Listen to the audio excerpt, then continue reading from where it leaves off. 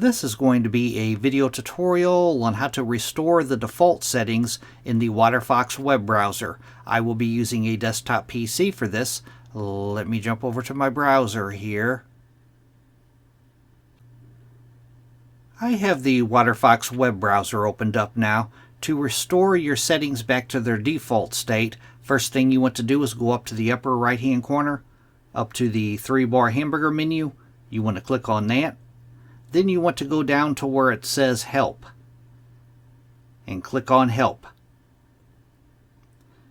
Now about halfway down, you want to click on More Troubleshooting Information. Then on the page that opens up, it says up top here, Troubleshooting Information. Gives you all kinds of info about your web browser.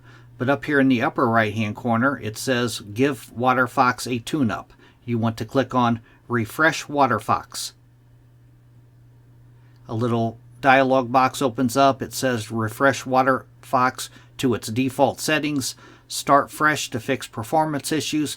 This will remove your extensions and customizations. You won't lose essential information like bookmarks and passwords.